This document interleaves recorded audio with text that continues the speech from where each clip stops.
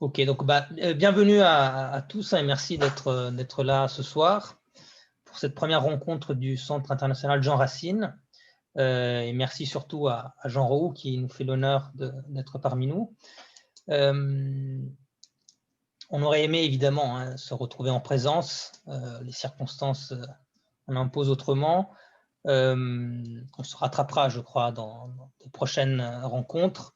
Néanmoins, c'est vrai, on le disait tout à l'heure avec Jérôme en préparant la rencontre, c'est vrai que c'est une modalité qui est une modalité qui enlève la chaleur humaine, mais qui a des avantages. Et l'avantage principal pour un centre international, c'est justement de pouvoir être international sans avoir des problèmes logistiques, de voyage, et donc de faciliter au contraire la rencontre. Et donc, on gardera à l'avenir, ça on l'avait déjà dit au moment du lancement du centre, sur lequel je reviendrai 2 minutes en introduction, mais c'est vrai que c'est une modalité hybride qu'on conservera, en tous les cas à l'avenir, pour pouvoir permettre justement au plus grand nombre possible de personnes de suivre nos activités. Donc, avant de rentrer dans le vif du sujet, avec la présentation du dernier ouvrage de Jean Roux, juste quelques mots sur le Centre international Jean Racine, pour ceux qui ne connaisseraient pas, qu'on vient de lancer depuis quelques mois à peine. Je crois que c'était le 5 février, l'Assemblée constituante, présidée par notre président Gilles Declercq, qui nous fait également l'honneur d'être là aujourd'hui.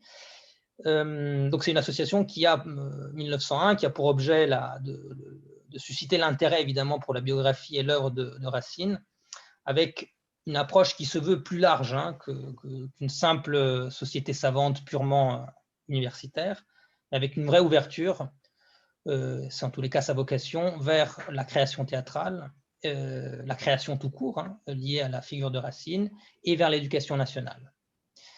On a lancé, notamment grâce à Tony et Gerhard, qui s'en occupent jour et nuit, mais surtout la nuit, on a lancé donc un site internet qui est déjà consultable, jeanracine.org, sur lequel on va mettre progressivement, c'est un site qui est encore partiellement en construction évidemment, mais qui est déjà accessible et sur lesquels vous retrouvez déjà des informations et sur lesquels progressivement on augmentera la quantité de documents et d'informations accessibles. Dernière information très pratique, c'est qu'on a ouvert depuis très peu de temps, grâce à Jérôme Lecomte, justement, qui est notre trésorier, on a ouvert l'adhésion, qui est possible maintenant en ligne. Tout se fait de façon très rapide, en quelques clics. Donc, si vous voulez, on vous glissera après dans le chat, on vous glissera les liens, mais voilà, si vous voulez adhérer à l'association, c'est extrêmement facile. Voilà, donc tout ça juste pour présenter l'association, mais évidemment, le cœur du sujet aujourd'hui, c'est la présentation de la dernière contribution aux études raciniennes de Jean Roux, Racine en 12 questions, publié aux éditions universitaires de Rennes il y a quelques mois. L'œuvre agile et accessible, synthétique et percutante, est l'œuvre d'un érudit, mais surtout, je dirais, d'un passionné, auquel la rencontre avec Racine, je crois, a complètement changé la vie, à partir de sa première rencontre, justement, dans le Finistère natif. Je me permets de citer les premières lignes de votre ouvrage « Avez-vous lu Racine ?», dans lequel vous nous dites « Tous les étés de mon enfance, j'ai gardé les vaches. C'est parmi elles que j'ai lu Racine, reçu en prix à la fin de la 3e, un éblouissement, la révélation d'une psychologie. » Donc, votre rencontre avec Racine est une fulguration, il y a plus de 70 ans, en fait.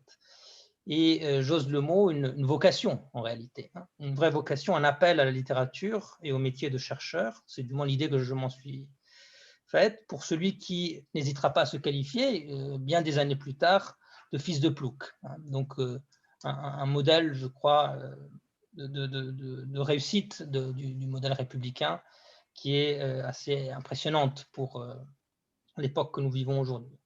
Donc, à commencer par cette rencontre passionnée avec Racine, qui se prolonge donc très vite avec une thèse en 1959, alors que Goldman, Barthes et Moron, les monstres sacrés de la critique racinienne, venaient ou allaient publier leurs ouvrages. Et Racine revient constamment dans votre vie de chercheur, de professeur, d'ancien professeur aussi, toujours avec en ligne de mire à la fois l'homme et l'œuvre. L'homme, comme le témoigne votre biographie, vous nous en parlerez peut-être, une nouvelle biographie qui verra le jour bientôt. Jean Racine entre sa carrière, son œuvre et son Dieu. Et l'œuvre, bien sûr, comme le démontre votre premier grand ouvrage de 91, que j'ai à mes côtés, L'évolution du tragique racinien, et 10 ans plus tard, justement, Avez-vous lu Racine, mise au point polémique, ainsi que plusieurs éditions des pièces de Racine. Donc il était essentiel pour le centre de commencer par vous, Jean Roux, car vous incarnez d'une certaine façon la mémoire et de la critique racinienne. Critique que vous avez traversée en réalité, de Barthes jusqu'à Forestier, de Goldman jusqu'à aujourd'hui. Et depuis vos débuts, depuis votre découverte, depuis votre rencontre avec Racine, évidemment la critique a évolué, peut-être dans la bonne direction, peut-être pas, on en reparlera tout à l'heure.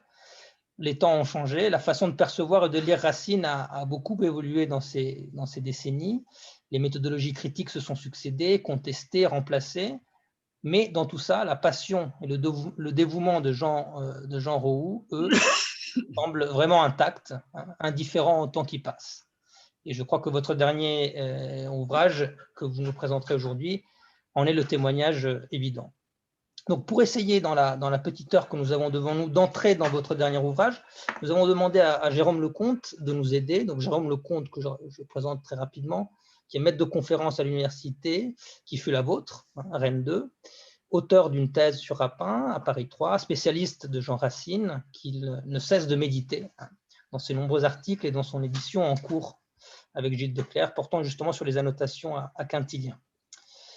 Et Jérôme, comme je le disais, par ailleurs, le trésorier du centre Jean Racine. Donc, on va procéder de la façon suivante. Je vous laisserai la parole 15-20 minutes pour présenter l'ouvrage. Ensuite, Jérôme livrera sa perspective de lecteur, 5-10 minutes, pour ensuite engager avec vous un dialogue, pour essayer de répondre à au moins quelques-unes des 12 questions que vous posez dans l'ouvrage. Vous aimez le débat, ce que j'ai compris, et nous aussi. Je crois que c'est une des seules façons de vraiment faire vivre les textes, et en particulier les textes de Racine. Donc, on débattra, et évidemment, dans le temps qui reste à la fin, on ouvrira le débat à tout le monde. Donc, alors, pensez bien à couper votre micro pendant la présentation, mais évidemment, n'hésitez pas tout à l'heure, lorsqu'on donnera la parole à la salle, à prendre la parole ou bien à écrire dans la chat si vous préférez passer par l'écrit. Donc, je vous cède la parole, Jean Roux, et merci encore pour être là aujourd'hui avec nous. Et de mon côté, je vous remercie vivement de cette invitation. J'ai écrit ce livre pour plusieurs raisons. Premièrement, il ne faut jamais, me semble-t-il, se borner à constater les faits. Par exemple, Racine a écrit des tragédies. Oui, parce que les faits sont le résultat d'un processus. Pourquoi a-t-il voulu écrire? Comment a-t-il acquis les qualités nécessaires? Pourquoi le théâtre? Pourquoi la tragédie? Et c'était quoi la tragédie? Et quelle est son originalité par rapport à ses contemporains? Connaître les réponses à ces questions permet un autre regard sur la vie et sur l'œuvre de cet homme. La deuxième raison, c'est que ces réponses ne se trouvent que éparpillées dans de gros ouvrages. J'ai voulu les rassembler dans un petit livre de façon très accessible. Troisième raison, j'ai voulu m'opposer à quelques idées courantes qui me semblent fausses. Par exemple, beaucoup de gens considèrent que la tragédie est dirigée par la fatalité. Il est vrai que les tragédies de Racine, comme les autres, et comme les comédies et comme les romans, aboutissent à une fin qui est inéluctable. Mais c'est un problème de composition et non pas d'idéologie. Racine et ses contemporains sont des rationalistes et des chrétiens. Ils ne peuvent pas croire qu'un destin conduit le monde. Et pour eux, ce sont les actions des hommes et la divine providence qui conduisent l'histoire. Certes, il y a quelques passages de Racine qui peuvent faire croire au destin, en particulier un célèbre vers de Andromaque, Oreste dans Andromaque, puisqu'après tant d'efforts, ma résistance est vaine, je me livre en aveugle au destin qui m'entraîne. Et oui, mais ce mot destin n'apparaît que 30 ans après la première publication de l'œuvre, et pendant 30 ans, c'était un autre mot qui a un tout autre sens. Je me livre en aveugle au transport qui m'entraîne, c'est-à-dire à une force personnelle, intime, à ma passion pour Hermione, tout à fait différente d'une force extérieure et transcendante. D'ailleurs, les deux vers suivants qui n'ont pas bougé affirment avec force le libre projet personnel. J'aime, je viens chercher Hermione en ces lieux, la fléchir, l'enlever ou mourir à ses yeux. C'est entre ces trois solutions que Oreste est perdu. Il ne sait pas laquelle solution va être possible. Il ne sait donc pas quel sera son avenir, sa destinée à venir. Hein. Il l'avait déjà dit, d'ailleurs, à un autre moment. Hélas, qui peut savoir le destin qui m'amène? L'amour me fait ici chercher une inhumaine, mais qui sait ce qu'il doit ordonner de mon sort? L'amour doit ordonner de mon sort. C'est bien l'amour qui est la force agissante, et le sort, on ne sait pas ce qu'il sera. Vous voyez donc que la force qui dit le reste ne peut pas être le destin avec une majuscule, il n'y a d'ailleurs pas majuscule dans le texte, mais l'amour, seulement le résultat est incertain. Il est vrai qu'à quelques autres moments, Racine laisse planer une atmosphère de fatalité, mais c'est au plan affectif et non pas comme affirmation intellectuelle. C'est notamment le cas dans Bajazet, évidemment, l'Orient, le sérail interdit, les muets étrangleurs, ça convient très bien pour une atmosphère de fatalité. Mais voici le tout début de l'acte 2. Roxane s'adresse à Bajazet. Prince, l'heure fatale est enfin arrivée, qu'à votre liberté le ciel l'a réservée. L'heure fatale, le ciel, la voilà, la fatalité. Oui, mais écoutez les deux vers suivants. Rien ne me retient plus et je puis dès ce jour accomplir le dessein qu'a formé mon amour. C'est bien cela qui est à l'œuvre. Et les deux premiers vers, c'était pour impressionner l'interlocuteur. Une autre idée fausse qui continue à circuler un peu, c'est à la suite de quelle crise de conscience Racine a cessé d'écrire des tragédies après Phèdre.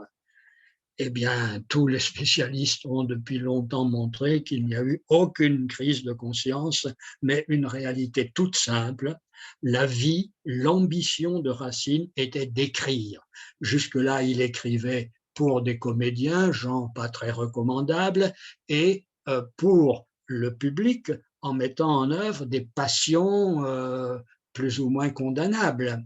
Et maintenant, voici que Louis XIV soi-même propose à Racine d'écrire quelque chose de tellement plus important, de tellement plus prestigieux, l'histoire du plus grand roi de tous les temps.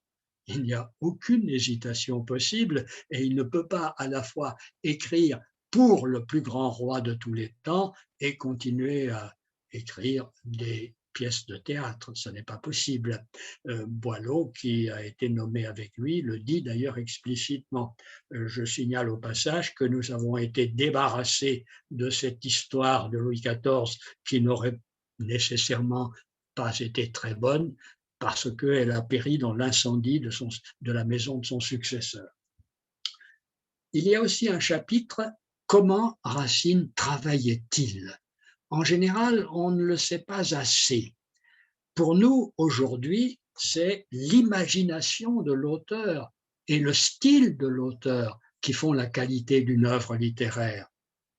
Peintres, poètes font d'ailleurs parfois confiance, trop souvent, confiance au premier geste. Et voilà, ils ne rectifient plus rien. À l'époque, ce n'était pas du tout le cas. À l'époque, peintres et poètes commençaient par faire un plan. L'essentiel pour eux, c'était la composition. Le poème, dit Chapelain, qui était le principal théoricien de la première moitié du XVIIe siècle, le poème ne serait pas moins poème quand il ne serait point écrit en vers. C'est secondaire à ces lieux. Et effectivement, l'un des fils de Racine dit que mon père, quand il entreprenait une tragédie, il disposait chaque acte en prose. Quand il avait ainsi lié toutes les scènes entre elles, il disait « ma tragédie est faite, comptant le reste pour rien ». Ça nous étonne, comptant le reste pour rien. Bon, mais quand on s'est imprégné d'une telle façon de travailler, on a une autre lecture des œuvres de Racine. Un autre texte que je peux citer, c'est qu'à propos d'un de ses héros, il écrit à un ami « J'ai fait un beau plan de tout ce qu'il doit faire.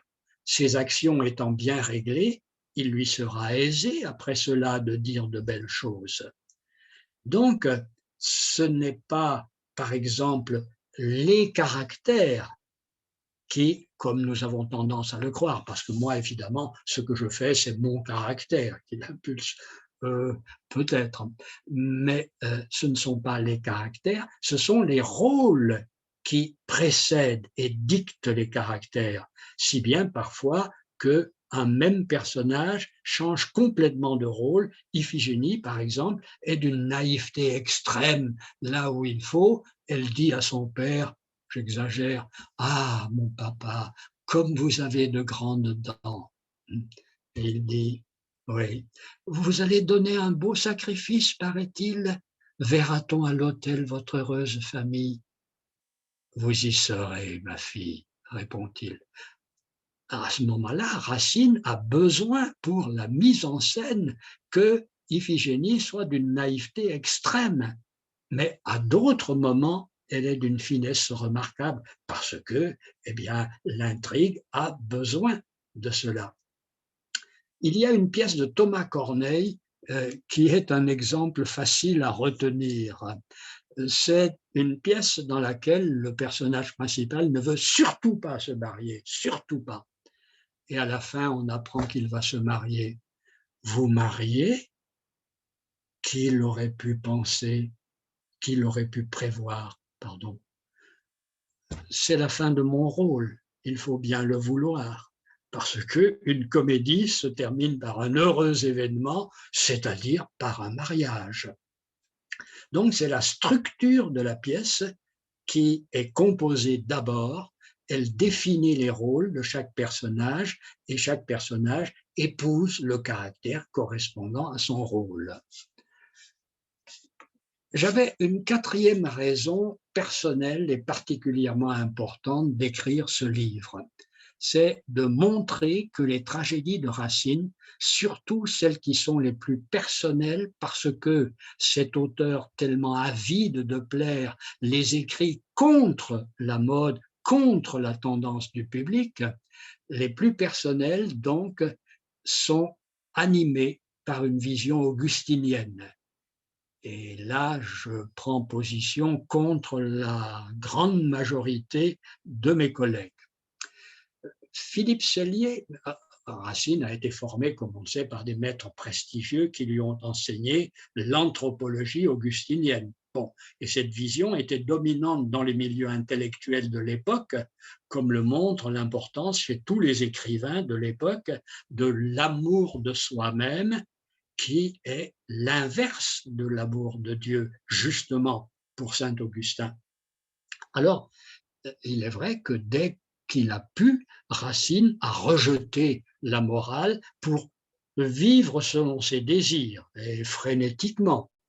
Mais on peut, je crois, avoir un certain comportement dans le monde tout en gardant dans sa tête une autre vision des choses. Et je crois que les deux peuvent même, à contrario, se renforcer l'une l'autre. Excellent connaisseur de Racine et de l'augustinisme, Philippe Sellier a recherché la présence de la vision augustinienne chez les personnages de Racine, mais il les a recherchés chez chaque personnage à l'état isolé. Or, pour moi, la signification d'une pièce de théâtre n'est pas dans un personnage, mais dans les rapports entre les personnages et même l'ensemble des rapports entre tous les personnages. Alors, oui, Philippe Sellier a trouvé qu'il y avait une grande majorité de personnages innocents d'un côté et de l'autre, donc qui n'ont rien à voir avec l'anthropologie augustinienne, et de l'autre côté, quelques monstres comme Néron qui ne sont pas représentatifs du tout de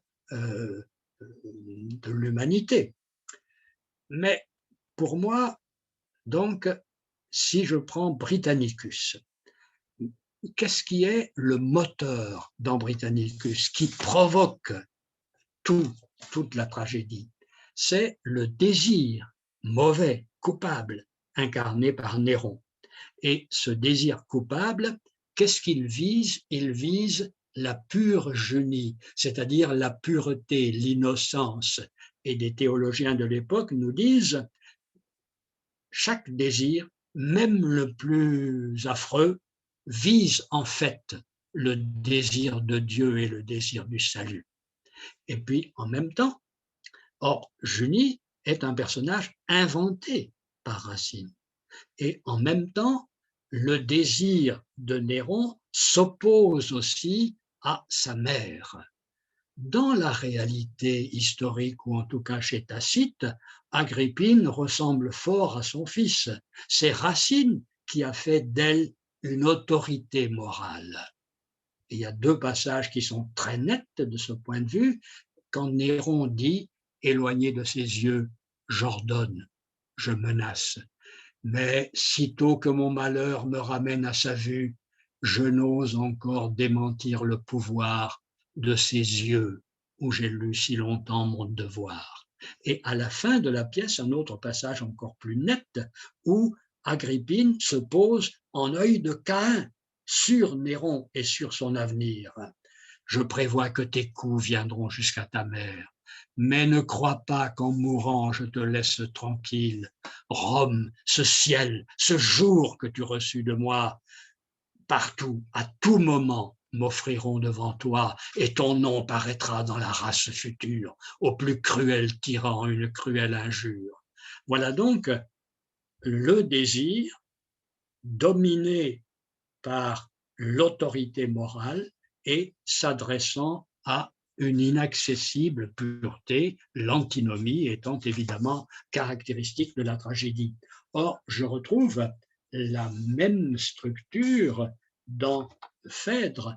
Je précise que après le succès par la galanterie d'Alexandre le Grand et d'Andromaque, Racine a donc choisi un sujet noir et qui allait déplaire et qui a effectivement déplu, il le reconnaît lui-même au début. De même, Phèdre a choqué au début parce que cette histoire d'inceste était trop hardie. Les autres considéraient qu'elle était simplement la fiancée du père d'Hippolyte. Eh bien, si Phèdre est la plus grande de ces tragédies, c'est parce que les deux principes majeurs se trouvent réunis dans le même personnage, qui est la fille de Minos et de Pasiphaë.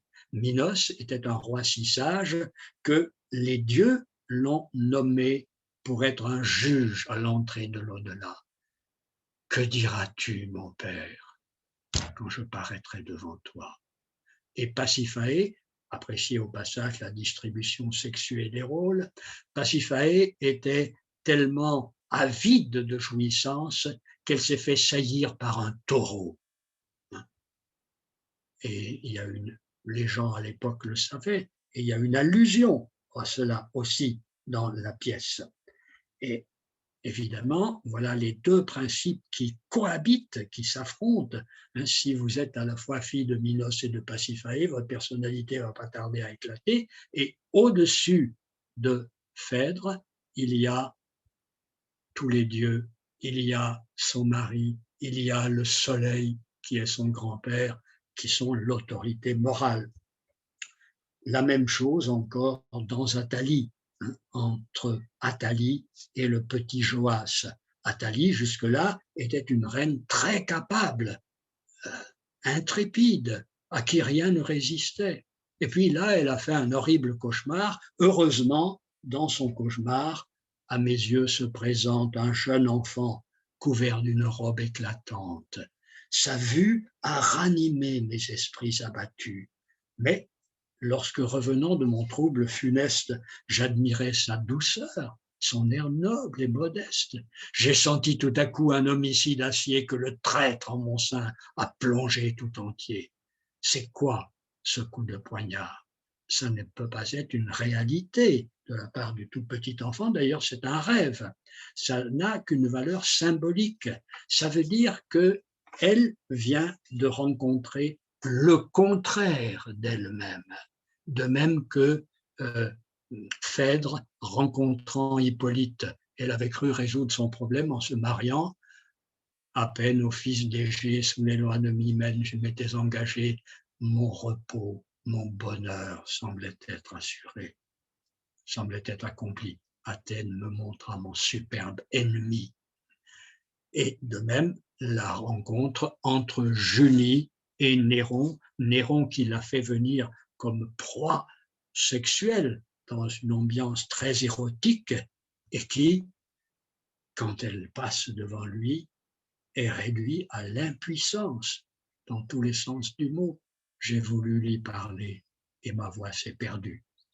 Donc, il y a là, je crois, oui, une présence de la vision augustinienne et qui se retrouve à un moindre degré dans les autres pièces.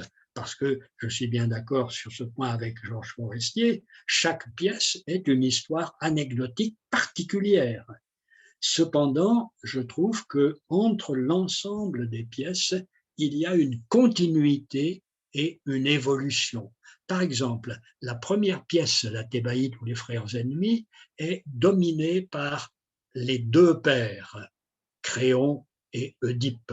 C'est eux qui déterminent tout et tous les malheurs. Mais à partir de là, avec Alexandre, Andromaque, Britannicus, il y a au contraire un effort pour se libérer du père, se libérer d'Alexandre, se libérer d'Hector, se libérer d'Agrippine.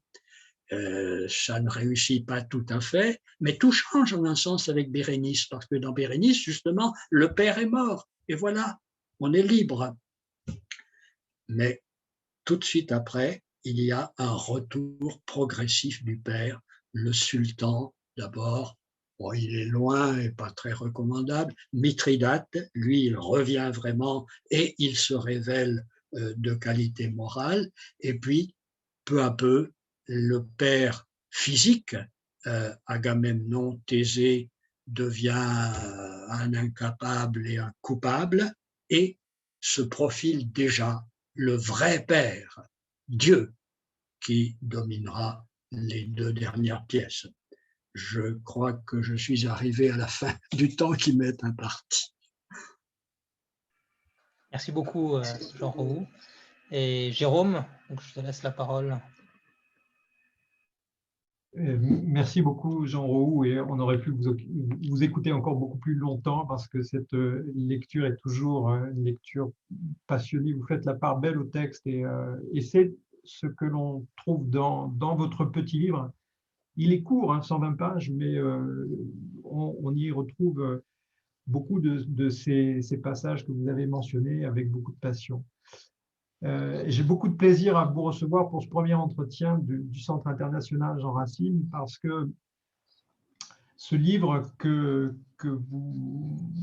vous avez publié aux presses universitaires de Rennes s'y prête particulièrement bien, comme l'a dit Tristan Allonge, notre vice-président. il propose une vue d'ensemble sur Racine et sur son œuvre en 120 pages, ce qui est un défi.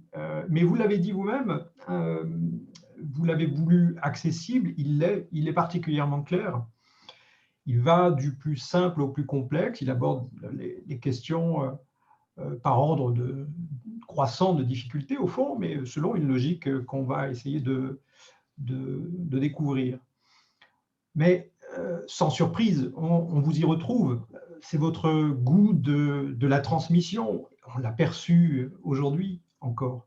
C'est votre ouverture et votre profondeur de champ. C'est votre choix de l'humain, et on l'a d'ailleurs perçu dans votre présentation. Votre livre invite encore une fois à la réflexion et au dialogue. Avant d'échanger, je vais revenir sur ce qui rattache ce livre, à mon avis, à vos travaux précédents sur Racine. En effet, on l'a dit tout à l'heure, mais vous avez à cœur depuis longtemps de porter un regard d'ensemble sur l'œuvre de Racine et sur l'homme Racine.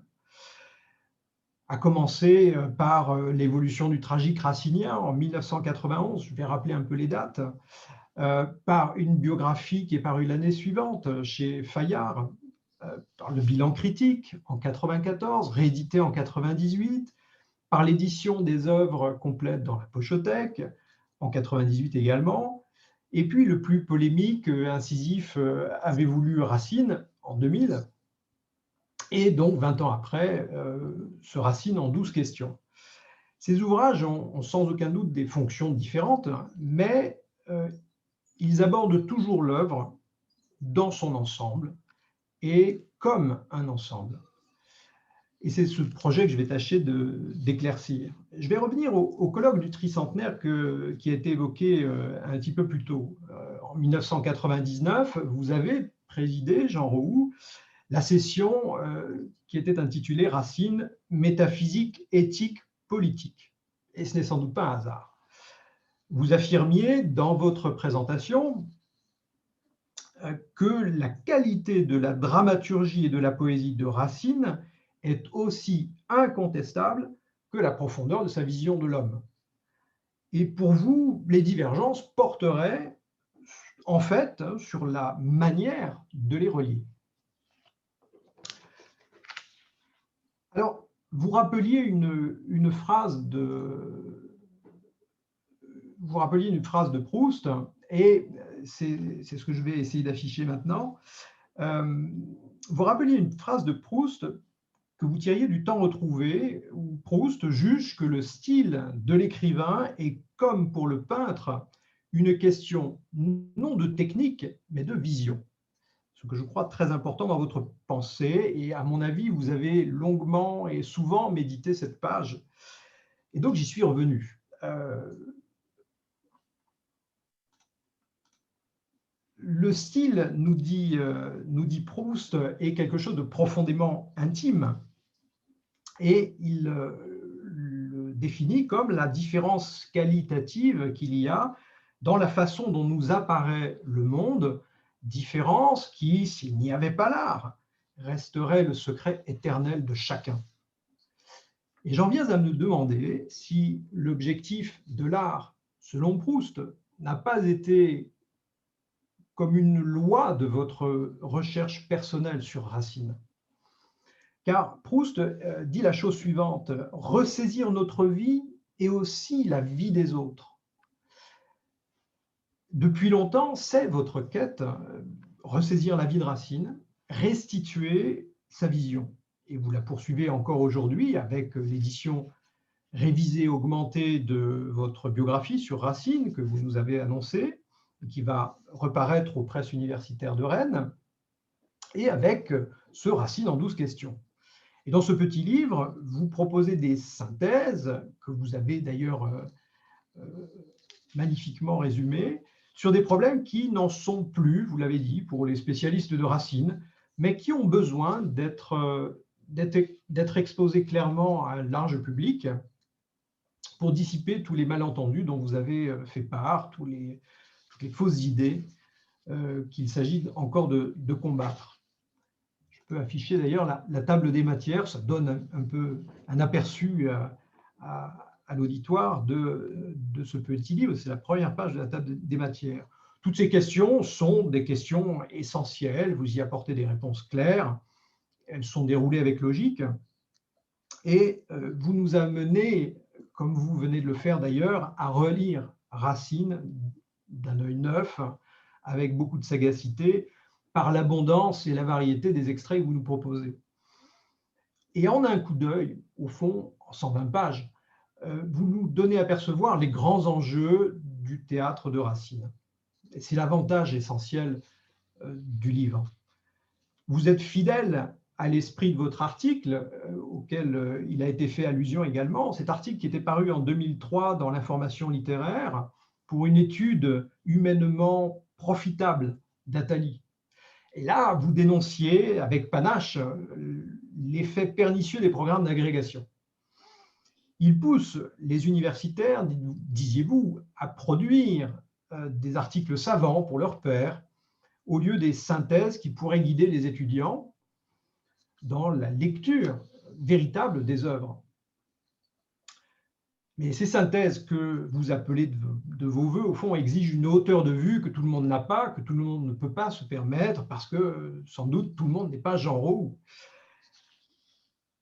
Les derniers chapitres abordent des propositions plus personnelles, et vous en avez dit un mot, et plus qu'un mot d'ailleurs. Ces dernières questions concernent l'homme, la vision tragique, l'évolution de l'œuvre. Autant dire que l'on vous y retrouve tout entier dans votre revendication d'une lecture profondément humaine et subjective. Mais ces hypothèses, finalement, partent de plus loin. Je crois que le livre est sous-tendu par une vision de Racine. En fait, dès le chapitre sur l'enfance de Racine, vous nous préparez à l'idée qu'il n'a jamais cessé d'avoir des liens avec Port-Royal, et vous insistez sur les relations conflictuelles, qui sont toujours des liens étroits, sur la régularité des visites qu'il a pu faire à Port-Royal, même si à une certaine période, elles ont été plus espacées.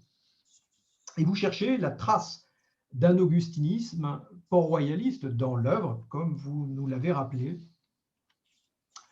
Et je me contenterai de cette citation. Mon hypothèse est que Racine est fortement marqué par la morale augustinienne, dites-vous, consciemment et inconsciemment, même si c'était malgré lui. C'est ainsi que vous choisissez d'éclairer la structure d'opposition entre innocence et persécution. Vous l'avez bien rappelé. Mais on voit apparaître incidemment un vocabulaire qui se charge peu à peu d'un sens plus fort, avidité, et vous nous en reparlerez, avide, concupiscence, et concupiscence, ce mot que vous définissez par une périphrase, avidité coupable. Et c'est la ligne de fond, me semble-t-il, cette ligne de fond qui mène d'un bout à l'autre de votre ouvrage. Dans Britannicus, par exemple, et vous l'avez indiqué, vous lisez tous les signes d'une révolte contre la morale. Et comme Néron, dites-vous, Racine, à cette époque, est animé par des passions égoïstes et sensuelles. Une tension chez lui entre la cité terrestre et la cité céleste de Saint-Augustin. Selon vous, la vie de Racine ne juxtapose pas l'ambition dévorante de l'homme de théâtre, du courtisan, puis le remords et la conversion? Non, c'est une tension permanente selon vous. Et vous vous appuyez, pour le montrer, sur la traduction des cantiques spirituels que Racine compose à l'été 1694. « Mon Dieu, quelle guerre cruelle! Je trouve deux hommes en moi. L'un veut que plein d'amour pour toi, mon cœur te soit toujours fidèle. L'autre, à tes volontés rebelles, me révolte contre ta loi. » Cette guerre intérieure explique pour vous la tension permanente que Racine aurait connue tout au long de sa vie. Vous le précisez, c'est une paraphrase de saint Paul où l'implicite est rendu explicite. Mais il me semble que vous relisez là l'œuvre à la lumière de cette strophe et des suivantes d'ailleurs, qui opposent dans le moi lyrique un esprit céleste et un esprit terrestre de manière tout à fait explicite. Et il me semble donc que c'est à partir de cette réécriture de saint Paul que vous ressaisissez l'homme et son œuvre. Le théâtre exprimerait alors les contradictions de l'homme, la puissance du désir et le poids de la culpabilité. Si j'ai bonne mémoire, Agatha Christie a laissé un testament en forme d'énigme policière. Racine n'est pas Agatha Christie, mais le Cantique 3 n'est-il pas, au fond, selon vous, un piège laissé à la postérité? Racine fait peut-être lui-même une lecture qui réoriente son parcours, manière, au fond, de donner un sens à ses propres contradictions, si toutefois il a conscience de les exprimer. Il faut donc lire votre livre pour ses synthèses, pour la réflexion à laquelle il nous invite. Mais il y a aussi une vision de Jean Roux, la cohérence d'une pensée qui en fait la marque propre et qui sait d'ailleurs nous faire entrer en discussion. C'est pourquoi nous allons pouvoir passer aux questions sur le livre pour tenter d'en apporter une meilleure compréhension, présentation à notre auditoire, que je remercie d'être nombreux. Et je vais diviser ces questions en 3 moments, hein, sur évoquer, je vais faire disparaître l'image et réapparaître en plein écran.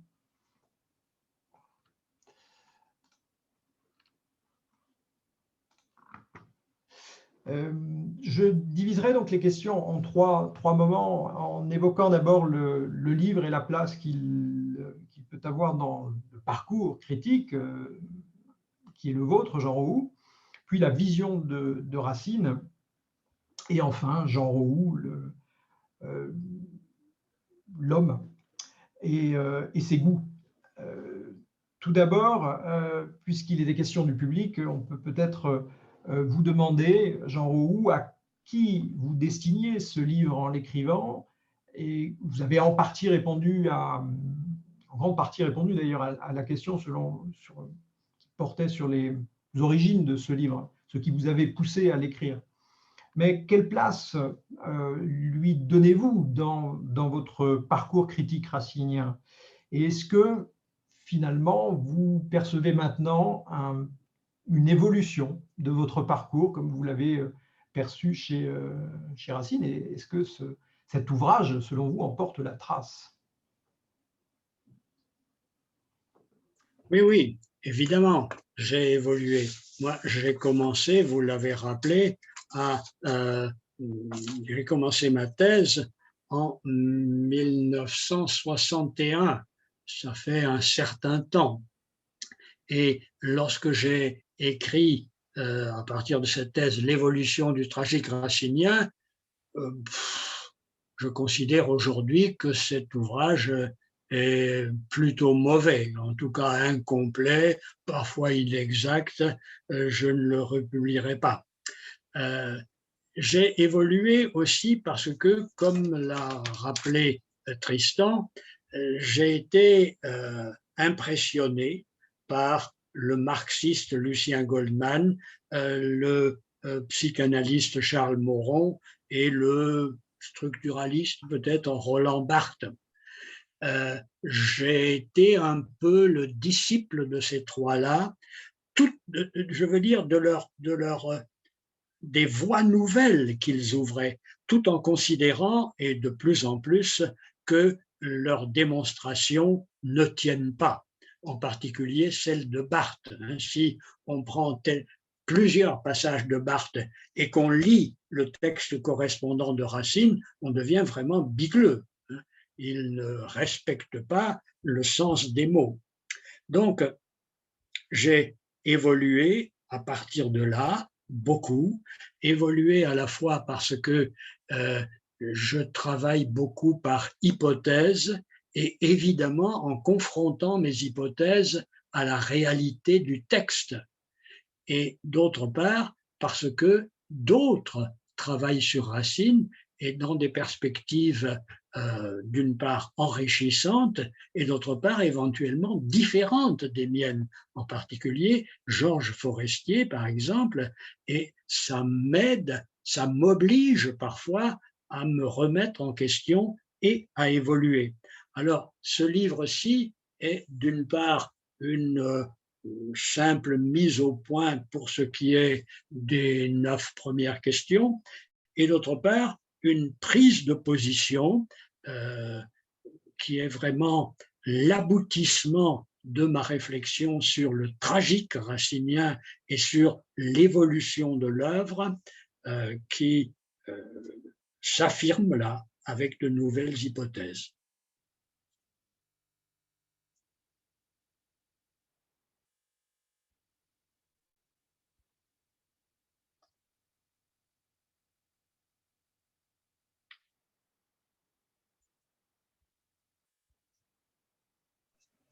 Jérôme, on ne vous entend pas. Hein?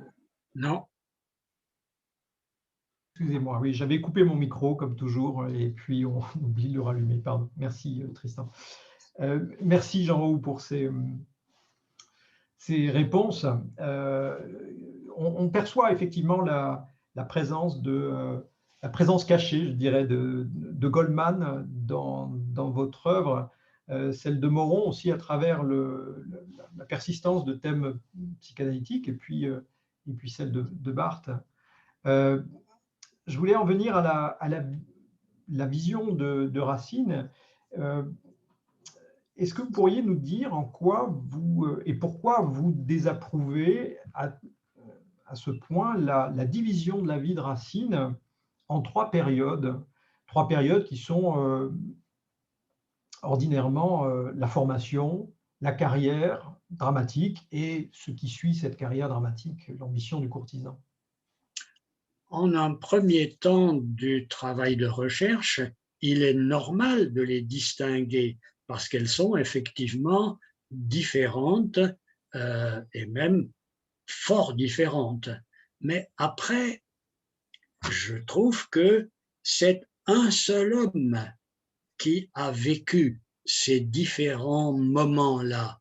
Et par conséquent, c'est ce que je fais dans la nouvelle édition de ma biographie, j'essaie d'articuler les comportements de cet homme en divers domaines, en essayant de voir ce qui appartient au domaine même, c'est-à-dire qu'en tant que croyant, bon, il y a une détermination de votre pensée et de votre comportement.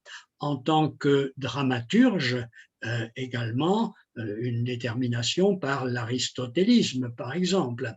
Mais en même temps, dans chaque comportement, il y a une dimension personnelle. Alors j'ai essayé d'articuler les comportements complexes, parfois contradictoires, pour reconstituer hypothétiquement la personnalité de cet homme-là. Et je crois que une chose très forte, très influente, c'est que dans cette société aristocratique très hiérarchisée, Racine en lui-même n'est rien du tout. Et il l'a ressenti dès Port-Royal, parce que ses camarades d'école à Port-Royal étaient des enfants de bonne famille, et en plus parce que les maîtres de Port-Royal lui ont dit que l'homme n'était vraiment rien et n'était que culpabilité. Et ensuite, il a fait une carrière de courtisan, une carrière d'amant, une carrière d'auteur à succès qui avait absolument besoin de ces diverses reconnaissances-là. Et je crois que ça, c'est un fil conducteur tout du long, de même qu'il a eu de nouveau absolument besoin de Dieu.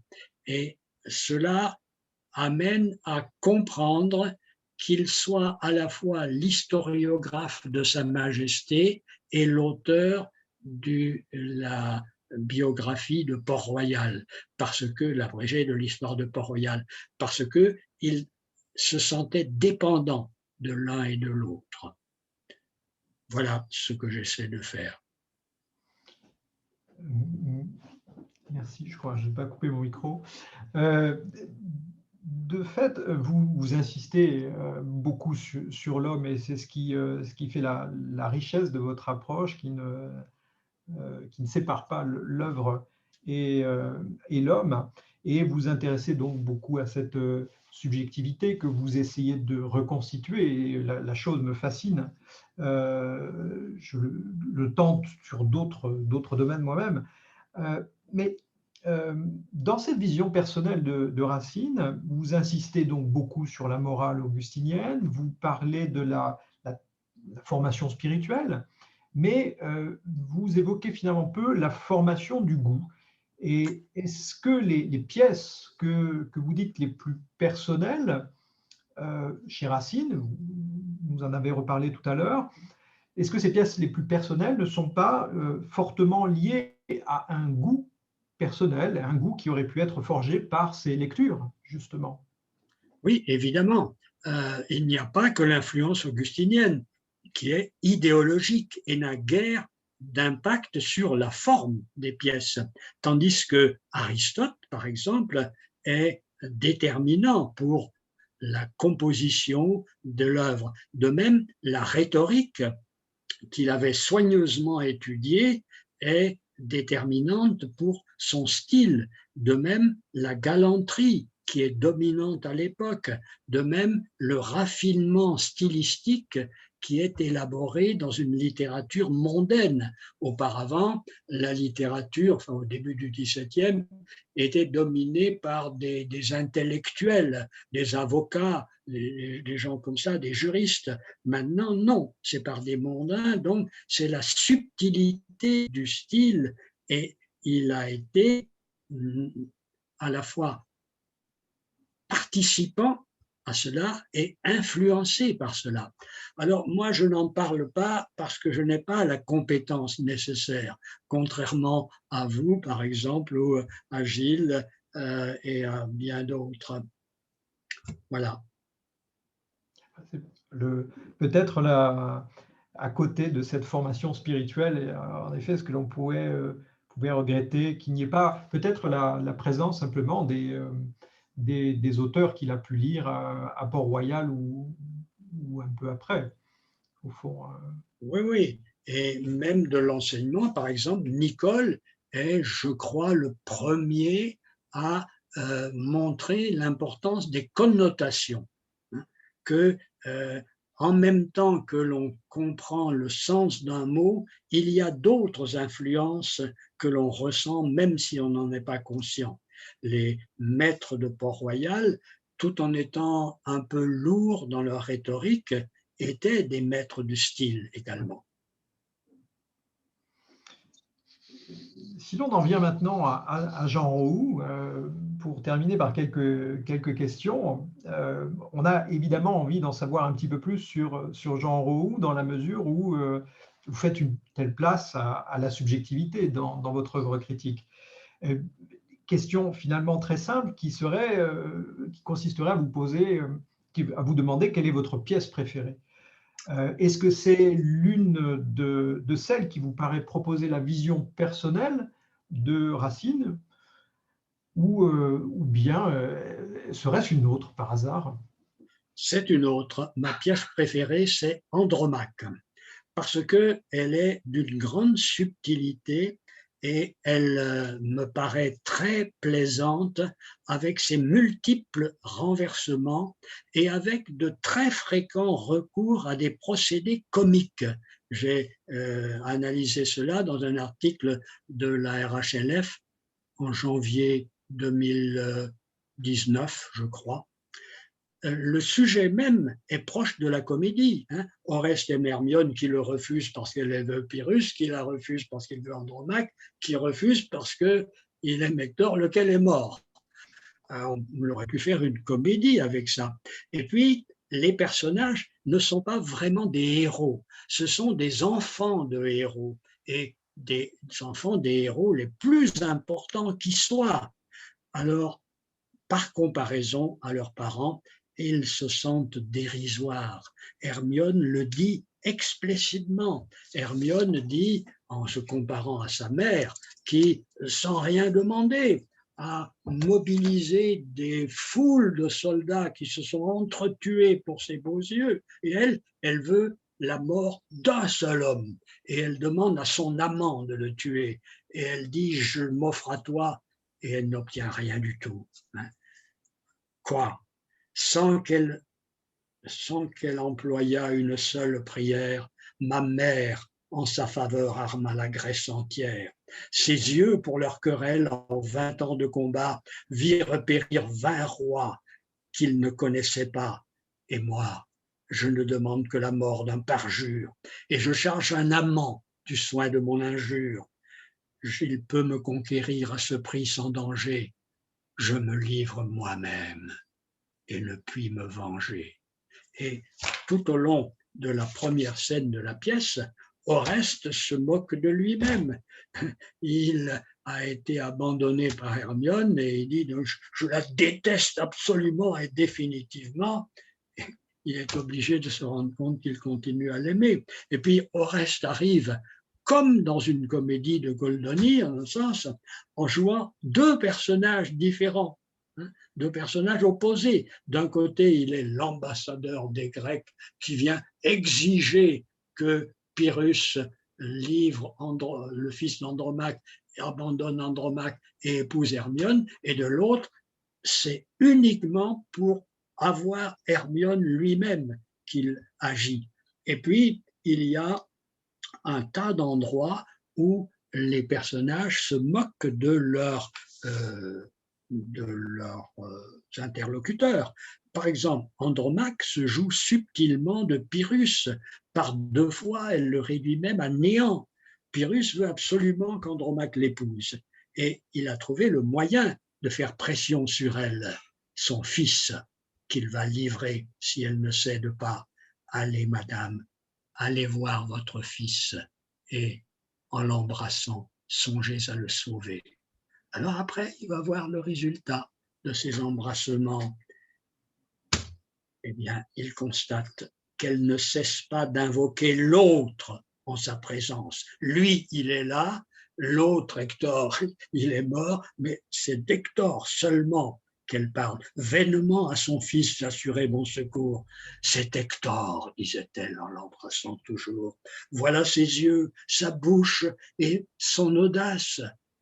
C'est lui-même, c'est toi, cher époux, que j'embrasse. Le voilà complètement ridiculisé, le voilà anéanti, et il réagit en matamore. On va voir ce qu'on va voir. Je l'abandonne, je livre son fils, je vais épouser Hermione, que je vais au passage arracher à Oreste. Et effectivement, il ridiculise complètement Oreste. Il dit à Oreste, bon, finalement, j'ai eu tort tout à l'heure. Maintenant, oui, il vaut mieux qu'on s'arrange. Alors, Hermione, je l'épouse. Il semblait qu'un spectacle si doux n'attendit en ces lieux qu'un témoin tel que vous. Vous y représentez tous les Grecs et son père. Voyez-la donc. Allez, dites-lui que demain j'attends, avec la paix, son cœur de votre main. Il anéantit complètement cet Oreste. Et Oreste réagit comme lui-même a réagi, c'est-à-dire en faisant du cinéma.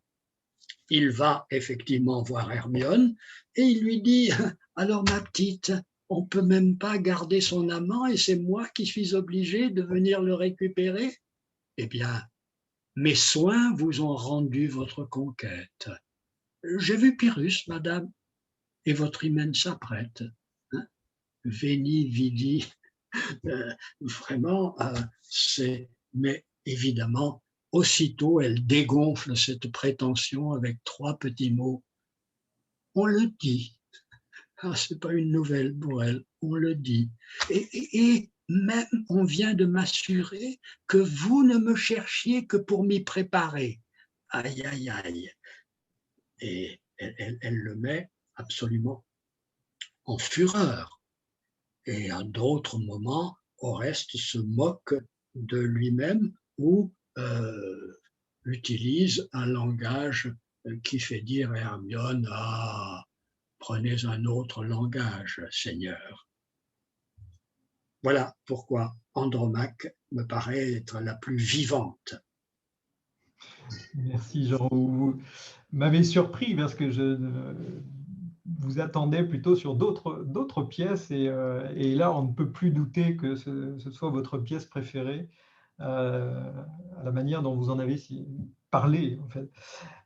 Et finalement, justement, la recherche pour vous, une passion. Vous nous avez parlé de la publication prochaine de votre réédition de la biographie de Racine. Vous nous avez parlé de vos projets. Et selon vous, la recherche doit-elle être, ou est-elle ou doit-elle être une quête personnelle? Car elle semble avoir été chez vous une quête personnelle.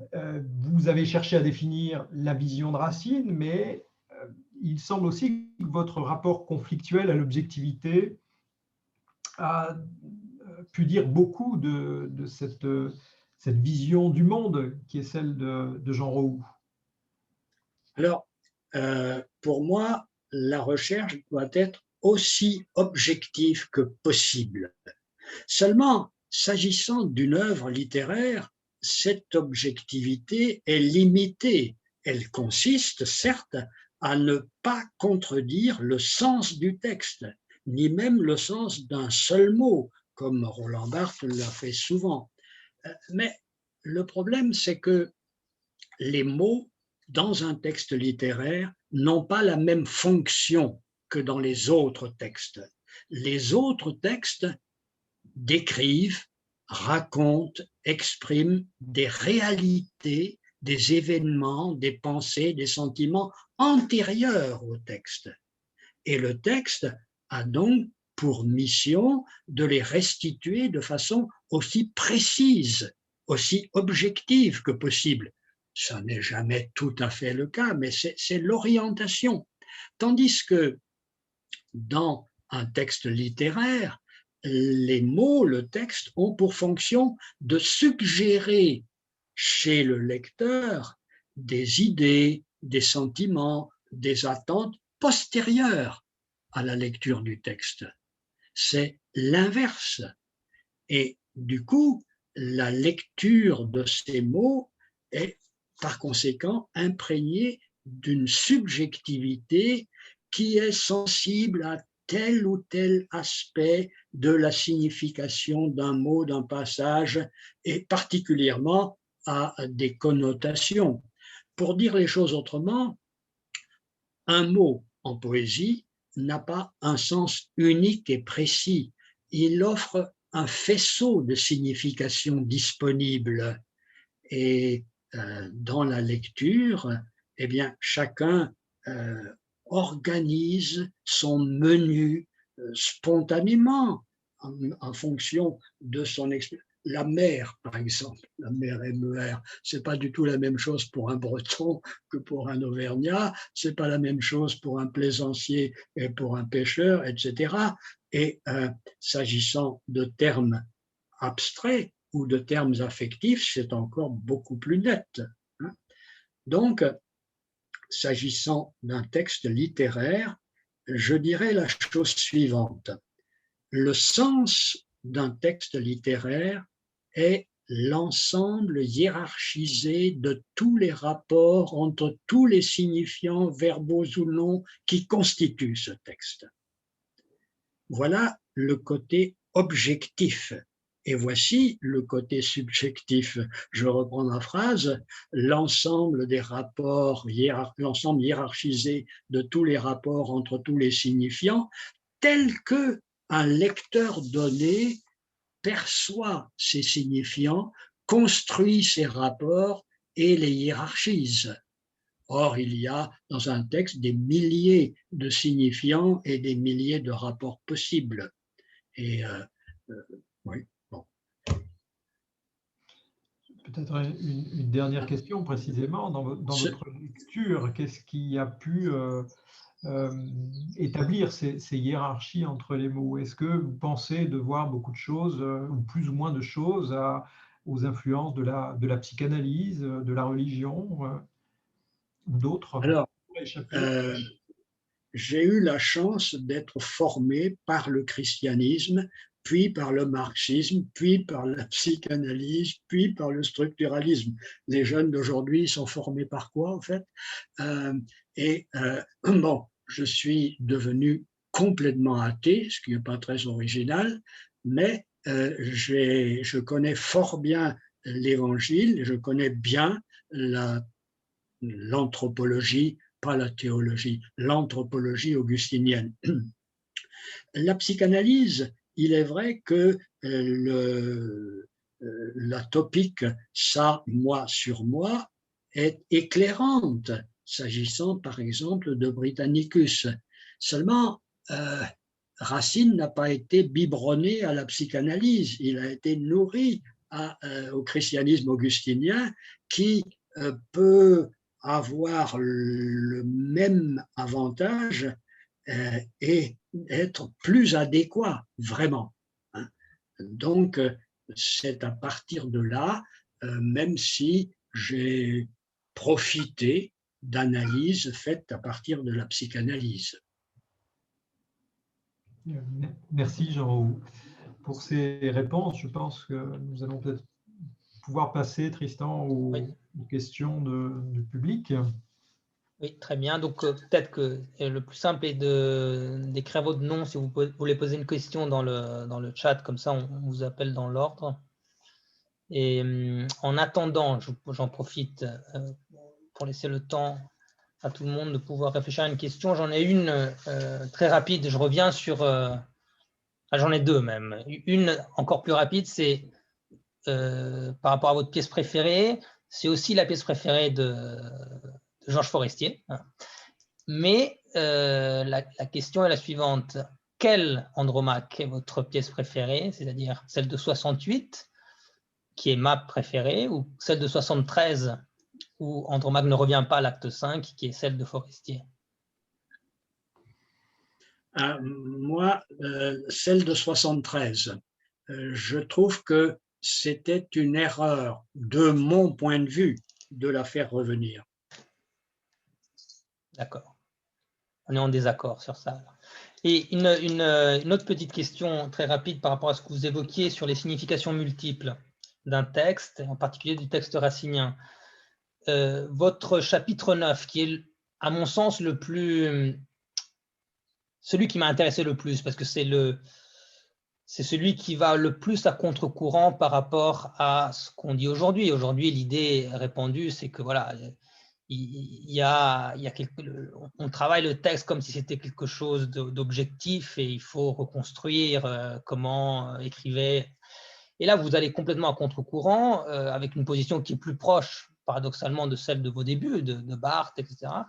Cette idée que justement, au fond, le texte demande un lecteur. Mais, et je ne suis pas loin de penser comme vous, mais est-ce qu'il n'y a pas quand même, à un moment donné, est-ce qu'il y a dans ce faisceau de significations multiples, est-ce qu'il y a quand même une hiérarchie, est-ce qu'il y a une vérité, est-ce qu'on cherche une vérité au fond, en disant, est-ce qu'il y a quand même une interprétation qui est plus vraie que les autres, si on se met du point de vue de Racine, hein, conscient ou inconscient, peu importe, hein, parce que Racine écrit probablement des choses qu'il ne voulait pas écrire, mais il les écrit quand même. Mais est-ce qu'il n'y a pas un fond du texte plus vrai que d'autres? Est-ce que dans votre approche, dans votre écriture, quand vous écrivez, vous avez un relativisme total, c'est-à-dire je raconte ma vérité pourvu que ça tienne dans le texte avec la démonstration?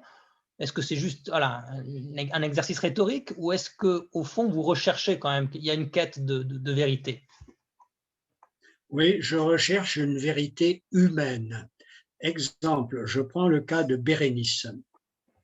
Bérénice raconte le problème de l'amour entre un empereur romain et une reine de Palestine. Moi, je ne suis ni l'un ni l'autre, ça ne me concerne pas. Hein. Mais si je lis d'une autre façon, ça me concerne tout à fait. Première étape, je suis si amoureux que ma fiancée est belle comme une reine d'Orient. Et cet amour me donne à moi une puissance comme si j'étais un empereur de Rome. Seulement, je ne suis pas empereur de Rome, c'est papa qui est empereur de Rome et les papas ne veulent jamais. Première étape. Deuxième étape, papa est mort, donc nous sommes libres. Voilà, nous allons nous marier tout de suite ou demain. Troisième étape, eh bien non, non. Toute la pièce consiste en l'effort que fait Titus pour intégrer l'impossibilité de ce mariage, le devoir de ne pas se marier et pour en persuader Bérénice en plus. Alors, qu'est-ce que ça signifie pour moi? Ça signifie qu'auparavant, Titus était le désir auquel s'opposait l'autorité, le père, la loi. Maintenant, c'est Titus lui-même qui, tout en restant le désir au niveau du cœur, est devenu l'autorité, la loi, au niveau supérieur de la conscience. Si bien que pour moi, Bérénice, c'est la prise de conscience d'un homme qui découvre que l'accession à la liberté est aussi et peut-être surtout accession à la responsabilité. Vous voyez, là, je crois qu'en faisant ça, je pousse, comme j'essaie souvent de le faire, aussi loin que possible la recherche de la signification anthropologique, de la signification d'une condition humaine. Et je pense que faisant cela, je ne contredis pas le texte. Évidemment, je ne m'appuie pas sur le côté anecdotique, mais sur le côté anecdotique, il y aurait beaucoup de choses à dire. Dans la réalité, si on lit Suétone, Titus et Bérénice, mon Dieu, qu'est-ce qu'ils faisaient? Merci beaucoup, effectivement. Alors, est-ce que Tony a des questions? J'ai profité de ma position pour m'inscrire dans le chat, mais surtout, je voudrais, si dans le public vous avez des questions à poser, vraiment n'hésitez pas à prendre la parole, à vous inscrire dans le chat, ou même à prendre la parole. Des questions Zacharia, et voilà. Des critiques. Oh, on ne va pas vous épargner, monsieur Roux, j'en suis persuadé. Zacharia souhaite intervenir.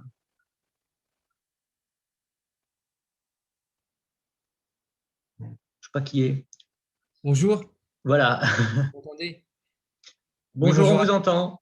Bonjour à tous. Je commence d'abord par remercier mon professeur de stylistique, monsieur Jérôme Lecomte, de nous avoir invités à cette conférence, mais également l'intervention de monsieur Jean Roux, que je connais par les livres que j'ai déjà lus. Enfin, je suis étudiant en première année de master recherche. Je prépare un mémoire sur la tragédie classique et plus précisément sur les passions tragiques chez Corneille et Racine. Je m'interroge entre autres sur les visions tragiques de ces deux auteurs, si en outre leurs visions tragiques sont déterminées par le ressort passionnel sur lequel reposent leurs pièces, ou à l'inverse, ce serait si la vision tragique de l'un et de l'autre qui détermine Corneille et Racine à se choisir des passions particulières qui répondent à leur vue. Ce qui emporte d'ailleurs, vous avez parlé d'évolution, la question d'évolution du ressort passionnel dans les pièces. J'aimerais savoir votre avis sur un point que j'ai déjà abordé avec mes professeurs à l'occasion d'un forum de mémoire qui s'est déroulé, qui a eu lieu il y a 2 mois. Selon vous, si Racine avait adapté l'histoire du Cid en drame, quel serait le caractère de Chimène? Alors, en un sens, Racine ne pouvait pas adapter l'histoire du Cid parce que le Cid fait partie des années 30, c'est-à-dire d'une époque où la France est en train de se reconstruire sur tous les plans, dans tous les domaines, que ce soit Richelieu ou Saint-Cyran ou les règles dramatiques, etc. Et donc, c'est dans une perspective positive, héroïque. Et du coup, il prend comme personnage de base un homme, évidemment. Hein. Tandis que chez Racine, ce seront souvent des femmes, parce que coupables, par exemple. Alors, quelle serait Chimène? Je crois que Chimène, là, est l'objet à la fois désirable et interdit, parce que pour accéder à l'objet d'amour, il faut éliminer le père. Et là, peut-être, dans cette articulation-là, y aurait-il une possibilité de travail pour Racine, et une possibilité qui, du coup, transformerait également Rodrigue. Il y a un moment où Rodrigue arrive avec son épée encore trempée du sang de Père de Chimène. Et Corneille dit que le public frémit à ce moment-là. Eh bien, je crois que là, oui, il y a une possibilité racinienne. Autrement, je pense que Corneille change complètement dans les années 1640, et à un moment où il dit l'amour de soi est la base de tous les autres, c'en est le qui forme tous les nôtres. Là, oui, il y a, à partir du moment où la cause de ce, non plus le principe de ce qui marche, mais la cause de ce qui ne marche pas est le défaut psychologique des personnages, et en particulier des monarques. J'improvise. D'accord. Vous avez donné comme cause le sujet héroïque, c'est-à-dire que Racine évite justement les sujets héroïques, il leur préfère le pathétique, c'est ça? Oui, et je crois qu'il ne peut pas penser un sujet héroïque, parce que Racine vit une époque où, ça y est, tout est terminé. La monarchie absolue et l'augustinisme verrouillent tout. Et il n'y a, en un sens, il n'y a plus de héros possible, ou s'il y en a, ça ne peut être que le roi tout seul. Je crois que ça n'est plus une possibilité, même s'il l'avait souhaité. Et on voit bien que parallèlement, Quinault, Thomas Corneille, Mademoiselle de Scudéry se rabattent de l'héroïsme à l'amour, parce que l'amour, lui, peut encore être moteur. D'accord, parce que vous touchez vraiment du doigt une de mes hypothèses.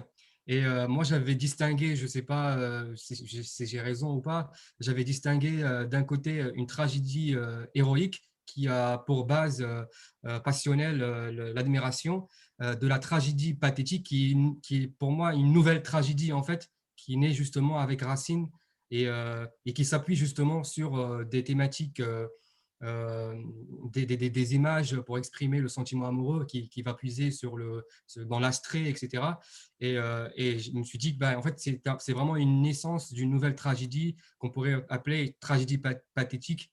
On est passé d'une tragédie héroïque qui a pour base l'admiration, d'une tragédie pathétique qui a pour base vraiment le sentiment amoureux. Oui, oui. D'accord. Et l'émotion, de façon générale. L'émotion, oui, de façon générale. La tendresse majestueuse. Oui. D'accord. Je vous remercie beaucoup. Merci bien.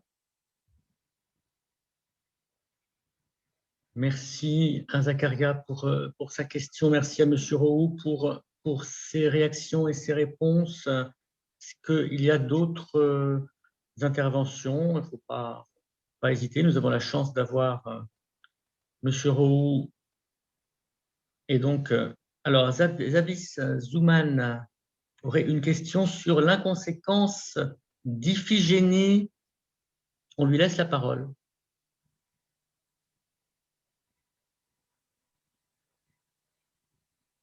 Vous avez accès à un micro? Est-ce que ça marche? Voilà, ça marche, ça marche. Bon, merci Jean Roux pour votre présentation, pour la très riche présentation de vos travaux aussi, et surtout pour la présentation de ce nouveau livre. Alors, je voudrais revenir à une question. Bon, on pourrait bien sûr longuement parler de beaucoup d'hypothèses que vous avez présentées, mais ce qui m'a peut-être le plus intéressé dans vos propos, c'était la remarque sur l'inconséquence d'Iphigénie. Et puis, vous avez parlé de ça en nous rappelant la naïveté d'Iphigénie d'un côté, et puis finalement un autre trait de caractère, ou pas de trait de caractère, vous avez distingué entre les rôles et les caractères, donc je suis inconscient de ça. Et puis, vous avez parlé par la suite de la… Je ne trouve pas le mot en français, je ne sais pas, la Zerrissenheit, c'est-à-dire deux pôles opposés, c'est comme ça que Spitzer interprète Phèdre de Racine. Hein. Et je me suis dit, et ça, je voudrais peut-être enchaîner à la question de M. Zakaria, c'est bien ça, de l'étudiant qui a parlé avant moi, et qui vous a posé la question sur la réécriture éventuelle du Cide. Alors, dans les sentiments de Chaplin, il y a une remarque que je trouve extrêmement intéressante, et il y a sans doute un article consacré à ça, et il dit qu'il aurait préféré à l'inconséquence de Chimène que… je ne trouve pas la citation exacte, mais qu'il aurait préféré une sorte d'anachnorésis. Qu'il y aurait un père putatif de Chimène qui expliquerait donc à ses yeux l'inconséquence de Chimène.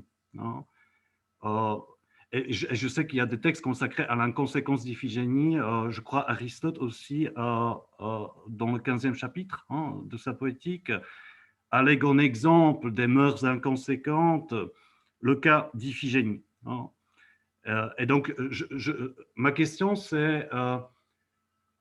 est-ce que vous pensez, puisque je viens de relire maintenant les tragédies de Chinon dans l'édition de Barbafieri, dans la nouvelle édition de Barbafieri, et ce qui m'a beaucoup frappé dans les tragédies de Chinon, c'est que l'inconséquence est omniprésente.